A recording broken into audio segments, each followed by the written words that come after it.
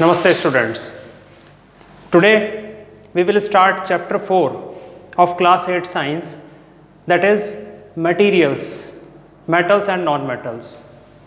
You are familiar with many types of materials in your day-to-day life like iron, copper, gold, silver, carbon, steel, coal, petroleum. These all are made up of two different types of substances which are categorized as metals and non-metals. So today in this video we will learn the differences in the physical properties of metals and non-metals. So let's start with this comparative table. We can easily understand the differences between the two. So the first physical property that we are taking is malleability. Malleability is the property of metals due to which they can be beaten into thin sheets. You must have seen thin sheets of aluminium, silver, gold. This property is called malleability, and metals are highly malleable. Gold is highly malleable metal.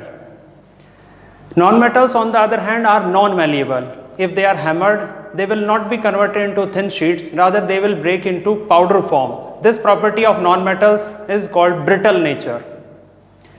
Next property is ductility.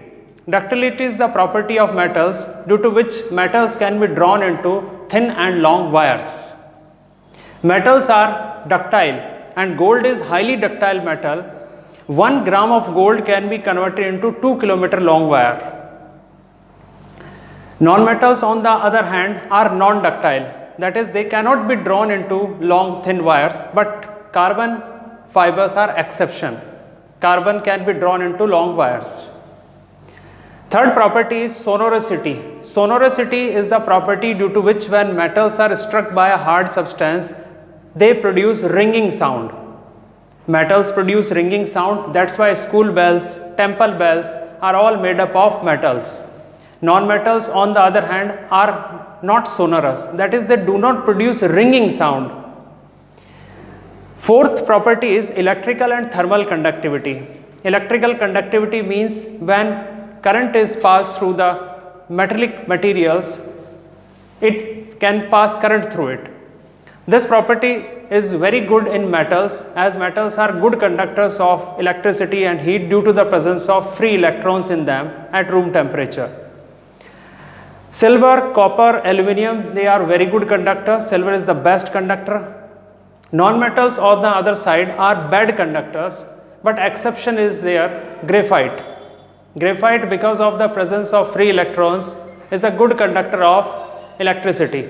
That's why graphite is used in making electrodes of electrolysis experiments, and it is also used in batteries and cells. Fifth property is luster. Luster is the property of metals due to which they shine when light falls on them. This happens due to excitement of electrons from the metallic surfaces. Metals are lustrous, that is they are shiny. Gold, silver metals are highly lustrous, that's why they are used for making jewelries and ornamental items. Non-metals on the other hand are not lustrous, that is they do not have that kind of shine which metals have. But there is one exception in this, and this exception is iodine. Iodine is a lustrous non-metal. So these all are exceptions to non-metals. That's all about the physical properties of metals and non-metals. Thank you.